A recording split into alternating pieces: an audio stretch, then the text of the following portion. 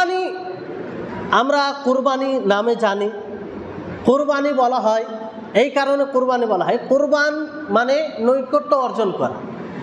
কারণ কুরবানির মাধ্যমে, কুরবানিতে যে আমরা পশু জবাই করি, সেই পশু জবাইয়ের মাধ্যমে আমরা আল্লাহর নৈকট্য লাভ করি, তাই না?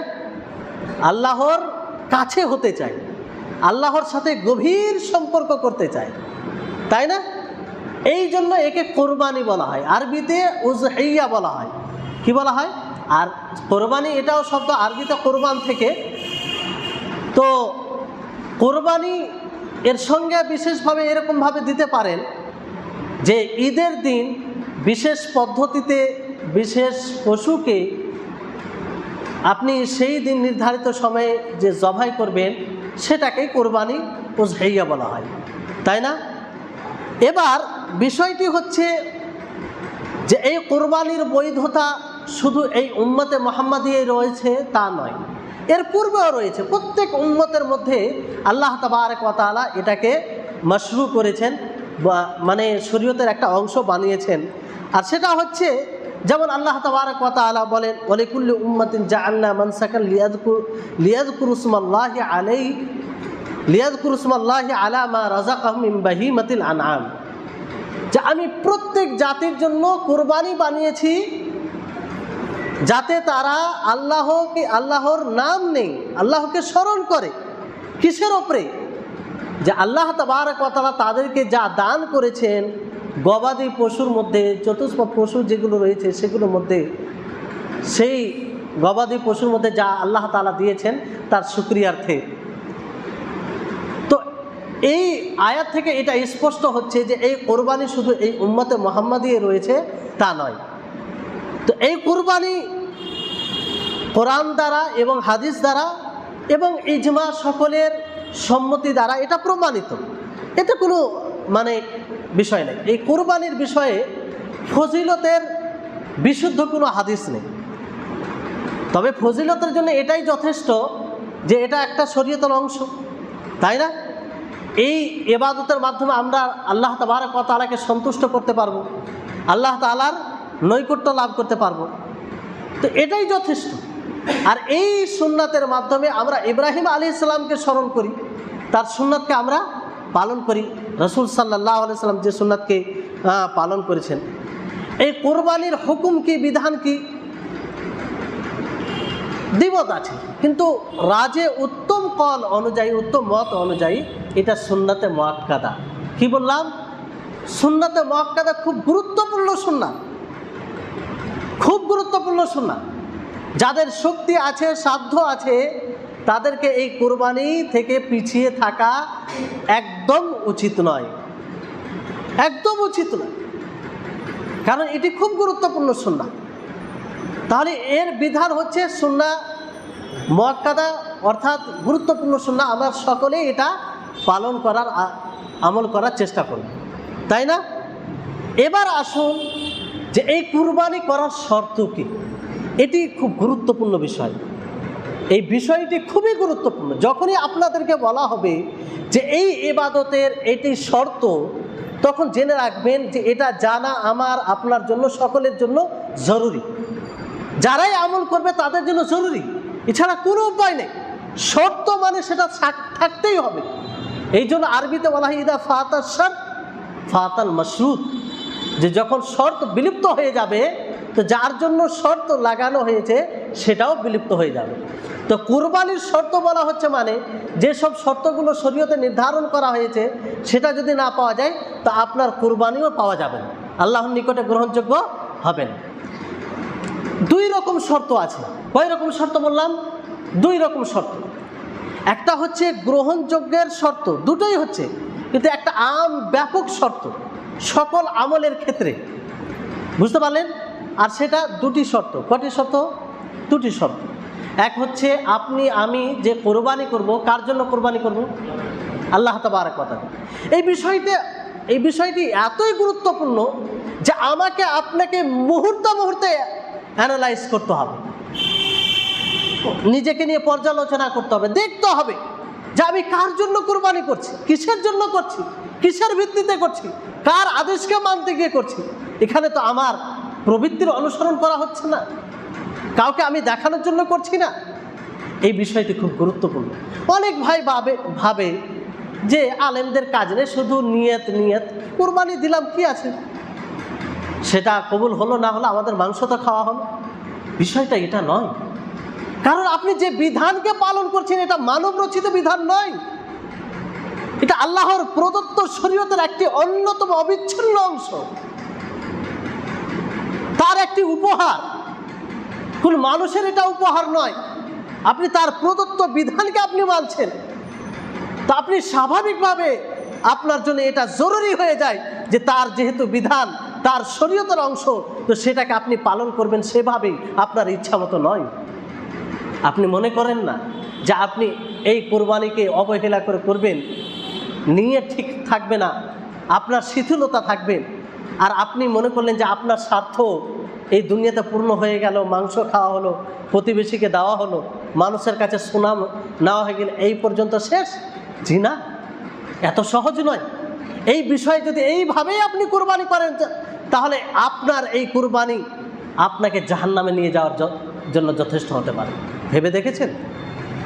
আপনি কুরবানি করছেন না, নিজের জন্য জাহান্নামের পথ তৈরি করছেন যদি আপনি নিজ ইচ্ছা মতো কোরবানি করেন।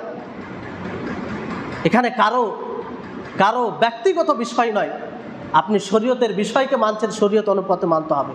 তাহলে বিষয়টা হচ্ছে যে কোরবানি আপনি করবেন একমাত্র আল্লাহর জন্য। কুল ইন্না সলাতি ওয়া নুসুকি ওয়া মাহইয়ায়া ওয়া মামাতি লিল্লাহি রাব্বিল আলামিন।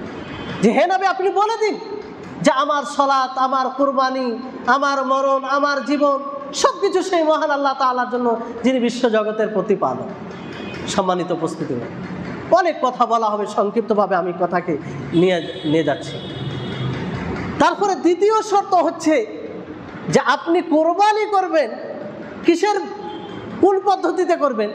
নবী করিম মুহাম্মদ সাল্লাল্লাহু আলাইহি ওয়াসাল্লাম যে পদ্ধতিতে কোরবানি করেছেন সে পদ্ধতিতে করবেন, তাই না? এটা জরুরি সমস্ত ইবাদতের ক্ষেত্রে, শুধু কোরবানির ক্ষেত্রে নয়। আমাদেরকে এই মেজাজ বানিয়ে নিতে হবে, এই ব্রেনে এই কথাটি, এই দুটি কথা সবসময় রাখতে হবে যে আমি যে ইবাদত করছি সেই ইবাদতে এই দুটি শর্ত পাওয়া যায় কি যায় না, আমি আল্লাহর সন্তুষ্টির উদ্দেশ্যে করছি কি করি না, আমি সেই নবী করিম মুহাম্মদ সাল্লাল্লাহু আলাইহি সাল্লামের পদ্ধতি অনুযায়ী করছি কি করি না। এই বিষয় দুটি নিয়ে আমাকে আপনাকে সদা সর্বদা ভাবতে হবে। সম্মানিত উপস্থিতি, এবার নবী করিম মুহাম্মদ সাল্লাল্লাহু আলাইহি সাল্লামের পদ্ধতি অনুযায়ী আপনি কিভাবে কোরবানি করবেন এই বিষয়টি, এটার জন্য শরীয়ত থেকে যেসব বিষয়গুলো বের হয়ে আসে এর জন্য ওলামায়ে কেরাম সেটাকে বর্ণনা করেছেন যে এর জন্য কিছু শর্ত রয়েছে। প্রথম শর্ত হচ্ছে যে আপনার কোরবানির পশু বাহিমাতুল আনাম থেকে হবে, গৃহপালিত পশু থেকে হবে, যেমন উট, গরু, ছাগল, মেষ, ভেড়া, এগুলো হবে। আর এর মধ্যে উত্তম কোরবানি হচ্ছে, সংক্ষিপ্তভাবে আপনাদেরকে বলে যাচ্ছি, দলিল বলছি না কারণ সময় অনুমতি দেয় না।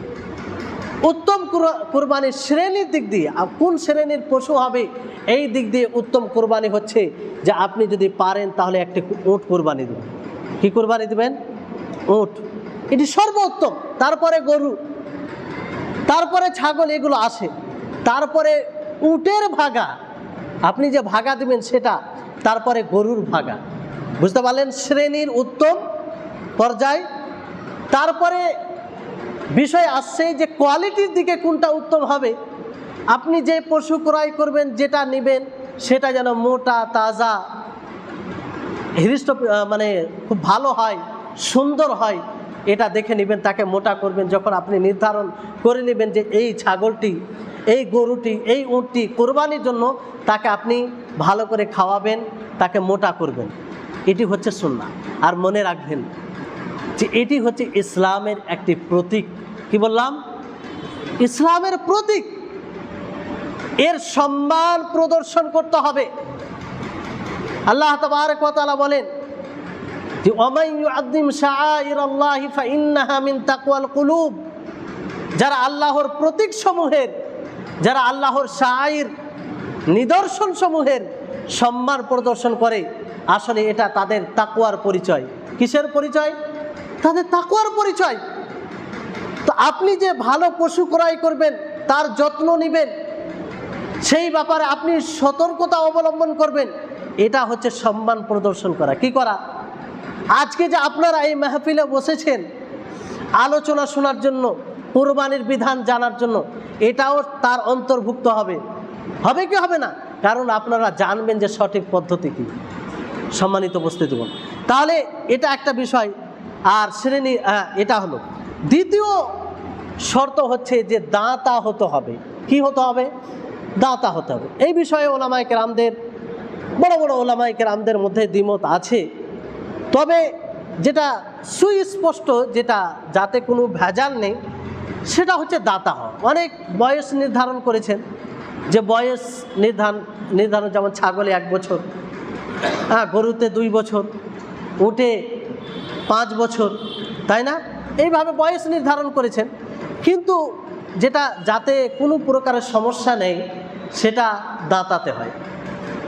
কারণ বয়স যখন আপনি নির্ধারণ করবেন, তখন তাতে কি হবে, যে আপনি পশু ক্রয় করতে গেলেন, কে একটি ছাগল বিক্রি করার জন্য 1 বছর হয়নি, বলে দিল যে সেটা 1 বছর হবে। হতে পারে, কেউ পারে না, হতে পারে এটা। কিন্তু দাতার যদি শর্ত হয়, আপনি স্বচক্ষে দেখে নেবেন, এতে ধোঁকা প্রতারিত হওয়ার কোনো বিষয় আসে না। তো এটা একটা বিষয়। আর শরীয়তের যতগুলো বিষয় রয়েছে, যখনই কোনো শর্ত কিংবা নিষেধাজ্ঞা কিংবা কোনো জিনিসের সাথে সম্পৃক্ত থাকে, তখন সেটা প্রকাশ্য বিষয়ে, সুস্পষ্ট বিষয়ে সেটা নির্ভর করে। বুঝতে পারলেন? যেমন ইয়াউমে আরাফা যে বিষয়টি বললাম, সেটা দেখেন, যদি আমরা আরাফার ময়দানে হাজিদের অবস্থানের ওপরে নির্ভর করি, তাহলে এটা অস্পষ্ট থেকে যাচ্ছে যে আজ থেকে 100 বছর পূর্বে তারা কিভাবে সম পালন করত। তখন তো খবর পাওয়া যেত না। পাওয়া যেত? তখন তো এইরকম নিত্য নতুন প্রযুক্তি কিছুই ছিল না। তখন তারা, এটা স্বাভাবিক যে 9 জিলহিজ্জা হিসাবে তারা শ্যাম পালন করত। তো যদি এটাকে আমরা মানি আরাফার ময়দানে অবস্থান হিসাবে, তাহলে এতে সমস্যা আছে। কিন্তু যখন 9 জিলহিজ্জা তারিখের সাথে সম্পৃক্ত করব, এই বিষয়টি ক্লিয়ার হয়ে যাবে, কারোর জন্য কোনো সমস্যা হবে না। বুঝতে পারলেন? তৃতীয় যেটা শর্ত হচ্ছে, সেটা হচ্ছে আমার আপনার পশু ত্রুটি মুক্ত হতে হবে, দোষ মুক্ত হবে। বুঝতে পারলেন? আর এই ব্যাপারে নবী করিম মুহাম্মদ সাল্লাল্লাহু আলাইহি সাল্লাম 4টি সুস্পষ্ট দোষণীয় বিষয় বলেছেন। সুস্পষ্ট। 1 নম্বর হচ্ছে যে এমন অন্ধ যার অন্ধত্ব সুস্পষ্ট। বুঝতে পারলেন? এমন রুগ্ন যার রোগ সুস্পষ্ট, আর এমন খোড়া যার খোড়ামি সুস্পষ্ট, আর এমন দুর্বল ক্ষীণ যার হাড়িতে কোনো মজাই নেই, একদম কিছুই নেই। তো এই ধরনের এই 4টি সুস্পষ্ট ত্রুটি আল্লাহর নবী মুহাম্মদ সাল্লাল্লাহু আলাইহি সাল্লাম হাদিসের মধ্যে বর্ণনা করেন। তো এটা একটা উদাহরণস্বরূপ। বাকি এই মতো যদি আরও কোনো ত্রুটি পাওয়া যায়, তাহলে এর হুকুমে আসবে। যেমন এই 4টি ত্রুটিযুক্ত পশু হালাল নয়, জায়েজ নয়। অনুরূপভাবে এই ধরনের এইরকমই কোনো আর ত্রুটি যদি পাওয়া যায়, কিংবা এর চেয়ে যে বেশি হবে, তাহলে সেটাও জায়েজ নয়। বুঝতে পারলেন? খুব সংক্ষিপ্তভাবে বলছি। তারপরে এখানে বিষয় একটি আসে যে খাসি কুরবানি দেওয়া, যেহেতু এটা একটা ত্রুটি মনে করা হয়, কারণ খাসি করা হয়, কিছু কর্তন করা হয়, তাই না? তো এই খাসি এটা ত্রুটি নয়। নবী করিম মুহাম্মদ সাল্লাল্লাহু আলাইহি সাল্লাম নিজেই কুরবানি দিয়েছেন। খাসির কুরবানি নবী করিম মুহাম্মদ সাল্লাল্লাহু আলাইহি সাল্লাম নিজেই দিয়েছেন। তো এটা কোনো কোনো ত্রুটি মধ্যে গণ্য হয় না। বুঝতে পারলেন? তারপরে যে আপনি যে পশু কুরবানি করবেন অথবা ভাগা কুরবানি করবেন, কোনটা কার পক্ষ থেকে যথেষ্ট হবে। আপনি যদি একটা ছাগল কুরবানি করেন কিংবা একটা গরু কুরবানি, গুরুত্ব তো কোনো প্রশ্নই জাগে না। একটা ছাগল যদি কুরবানি করেন বাড়ির গার্জেন হয়ে, তো আপনার বাড়িতে যতগুলো সদস্য আছে তাদের সকলের পক্ষ থেকে এটা যথেষ্ট হয়ে যাবে। বুঝতে পারলেন? অনুরূপভাবে একটি ভাগা যদি কুরবানি করেন, তো এই ভাগা কুরবানি করলেও পরিবারের পক্ষ থেকে যথেষ্ট হবে, যেটা কোরআন যেটা হাদিস থেকেই স্পষ্ট হয়। যেটা হাদিস থেকে স্পষ্ট হয়, কারণ এরকম কোনো হাদিস নেই যে হাদিস দ্বারা এটা বোঝা যাবে যে ভাগা কুরবানি দিয়ে পরিবারের পক্ষ থেকে যথেষ্ট হবে না। উত্তম অনুত্তমের বিষয় সেটি আলাদা, বুঝতে পারলেন? তাহলে একটি ছাগল আর গরু কুরবানি অথবা উট কুরবানি যদি আপনি একাই দিতে পারেন, এটা উত্তম হবে। এটা কি হবে? উত্তম হবে। তারপরে যে বিষয়টি আসে সেটি হচ্ছে যে আপনি যখন কুরবানি করলেন, পশু জবাই করলেন, পশু জবাই করার পরে আপনি কি করবেন? সেই পশুর মাংসকে কি করবেন, কিভাবে বন্টন করবেন? শরীয়তে এই ব্যাপারে কি দিক নির্দেশনা দিয়েছে সেটা আমাদের সকলকে বুঝতে হবে। এই ব্যাপারে অনেকের শরীয়ত বিরোধী ধারণা থাকে। অনেকেই বলে যে মাংসকে 3 ভাগে বিভক্ত করতে হবে। অনেক সমাজে আছে যে 1 ভাগ সমাজকে দিয়ে দিতে হয়, জামাতকে দিয়ে দিতে হয়। এগুলো কোনো আসল নেই। কোরআন হাদিসে এরকম কোনো বিষয় নেই যে জামাতকে 1 ভাগ দিতে হবে কিংবা গ্রামকে 1 ভাগ জমা করে দিতে হবে, এরকম কোনো বিষয় নেই। তবে হ্যাঁ, আপনি পশু কোরবানি দিয়েছেন আল্লাহর জন্য, আর শরীয়তে এটা দিক নির্দেশনা দেওয়া হয়েছে যে আপনি নিজে খাওয়াবেন, অন্যকে খাওয়াবেন, যারা গরিব রয়েছে, দরিদ্র রয়েছে, অসহায় রয়েছে, তাদেরকে খাওয়াবেন। আল্লাহ তাবারক ওয়া তাআলা সরাসরি এই ব্যাপারে বলেছেন যে ফাকুলু মিনহা ওয়া আতইমুল কানিআ ওয়াল মুতার, যে তোমরা তার মধ্যে খাও, নিজে খাও, এবং যারা চায়, যারা হাত পাতে, যারা মুখ ফুটে বলে, যারা বলে যে আমার মাংস চাই, আমার মাংস দরকার আছে, তাদেরকেও খাওয়াও। তাদেরকে ঘৃণা করে দেখলে হবে না যে সে মানুষটি চাইছে কিংবা তুমি চাইছো, তার লজ্জা নাই, শরম নাই, এই ধারণা করলে হবে না। তাদের অধিকার, তারা চাইতে পারে। আল্লাহ তাবারক ওয়া তাআলা বলছেন স্পষ্টভাবে, ওয়া আতইমুল কানিআ, যারা চায়, যারা বলে, তাদেরকেও খাওয়াও। আল্লাহ তাবারক ওয়া তাআলা তাদের নিন্দা করেননি। নিন্দা করেছেন? করেননি। আল্লাহ তাআলা নিন্দা করেননি, তিনি খাওয়াতে বলেছেন। তো আমরা কি অধিকার রাখি? আল্লাহ তাবারক ওয়া তাআলা বলছেন তাদেরকে খাওয়াও। তাহলে এখানে আমাদের কোনো বিষয় নেই, তাদেরকে খাওয়াতে হবে যদিও চাই, আর ওখানে কোনো নিন্দার বিষয় নেই। আমরা তাদের ব্যাপারে খারাপ ধারণা রাখবো না। এবং আল্লাহ তাবারক ওয়া তাআলা এটাও বলেন অল মুতার, কাদেরকে খাওয়াবেন? যারা চায় না, লজ্জাতে বলে না।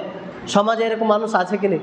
অনেক মানুষ আছে যে বলে না যে আমার মাংসের দরকার আছে, সে না খেয়ে থেকে যাবে কিন্তু বলবে না। এটা তার প্রশংসনীয় একটা গুণ, যে গুণটা সত্যিই ভালো গুণ।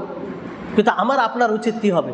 তাদের বাড়ি গিয়ে তাকে দিতে হবে, তাকে খাওয়াতে হবে, কারণ এটা একটা সুযোগ। আল্লাহ তাবারক ওয়া তাআলা বিশেষভাবে আপনার উপরে অনুগ্রহ করেছেন যে আপনি কুরবানি দিতে সক্ষম হয়েছেন, কুরবানি দিতে পারছেন। আপনার মতো অনেক ভাই আছে যারা ইচ্ছা করে যে আমিও কুরবানি দিই, আমি একটা ছাগল, খাসি নিয়ে কুরবানি করি, কিন্তু পারে না, অর্থ নেই, শক্তি নেই, কিন্তু আপনি পারছেন। কার বদৌলতে? সেই মহান আল্লাহ তাবারক ওয়া তাআলার রহমতে। তো এখানে তাদেরকে খাওয়াবেন খুবই করে। তারপরে হাদিসও আছে সেই ব্যাপারে, এটা স্পষ্ট। তারপরে বিষয় একটি আসে যে মৃত্যুর পক্ষ থেকে স্বতন্ত্রভাবে কুরবানি দেওয়া। বিস্তারিত দিকে যাচ্ছি না। স্বতন্ত্রভাবে মৃত্যুর পক্ষ থেকে কুরবানি দেওয়া জায়েজ নয়, এরকম কোনো বিধান নেই শরীয়তে, বুঝতে পারলেন? তবে আপনি যে কুরবানি করছেন তাতে সওয়াবে অন্যদেরকে অংশগ্রহণ করে দিলেন, তাদের পক্ষ থেকে করে দিলেন, তাতে কোনো সমস্যা নেই, তাতে কোনো সমস্যা নেই, বুঝতে পারলেন? তারপরে আসুন যেটি গুরুত্বপূর্ণ বিধান, সেটি হচ্ছে যে জিলহিজ্জা মাসের চাঁদ ওঠার পরে যে কুরবানি করবে তাদের করণীয় কি। তাদের ওপরে কিছু আবশ্যিক বিধান আছে, যদিও কিছুদিন গত হয়ে গেছে, তারপরেও আপনাদেরকে বলছি। সেটা হচ্ছে যে যারা কুরবানি করার ইচ্ছা পোষণ করবে, যারা কুরবানি করার ইচ্ছা পোষণ করবে, তারা জিলহিজ্জা মাসের চাঁদ দেখার পরে অথবা চাঁদ ওঠার পরে তারা মাথার চুল, হাতের নখ এবং শরীর, নাভির নিচের লোম, এক কথায় শরীরের লোম, এগুলো কিছুই কর্তন করবে না, কিছুই কি করবে না, কর্তন করবে না। এটা আবশ্যিক, জরুরি। অনেক ভাই আছে যে কুরবানি করে এগুলোর দিকে গুরুত্ব দেয় না, অবহেলা করে কেটে নেই, অথচ এটা জরুরি আবশ্যিক, এটা মানতেই হবে।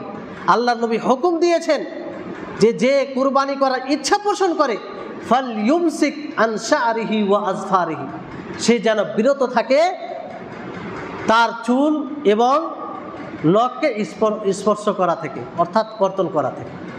তাহলে এটা ওয়াজিব। আল্লাহ নবী মুহাম্মদ সাল্লাল্লাহু আলাইহি সাল্লাম এর প্রত্যেকটি হুকুম আদেশ এটা ওয়াজিব হয়ে যায়, যতক্ষণ পর্যন্ত এরকম কোনো দলিল না আসবে যে সেটা ওয়াজিব নয়, উত্তম অথবা মুস্তাহাব।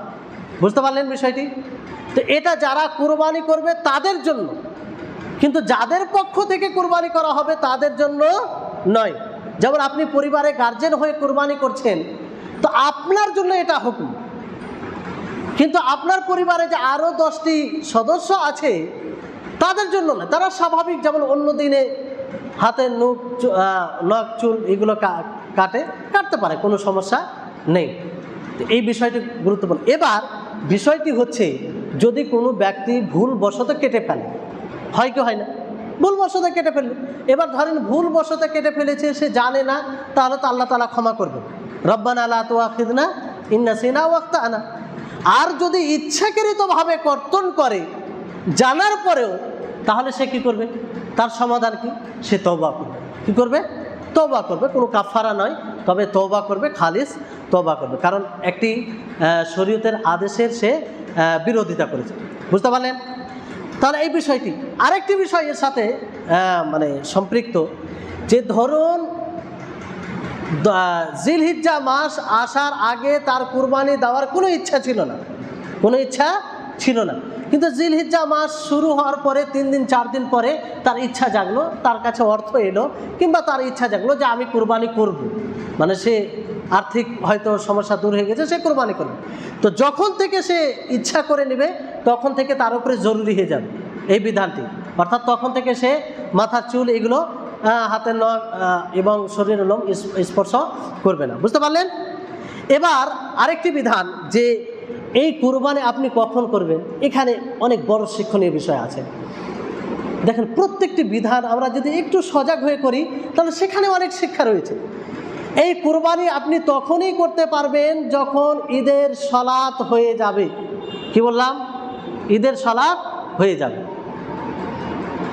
ঈদের সালাতের আগে যদি আপনি কুরবানি করেন, তাহলে কুরবানি হবে না। সেই একই পশু, একই নিয়ত, আপনার ঈদের আগে যে আপনি জবাই করলেন, আপনার উদ্দেশ্য এটাই যে আপনি প্রতিবেশীকে খাওয়াবেন, আত্মীয় স্বজনকে দিবেন, আপনি আল্লাহর জন্য জবাই করেছেন, তা সত্ত্বেও এটা গ্রহণযোগ্য হবে না। কেন?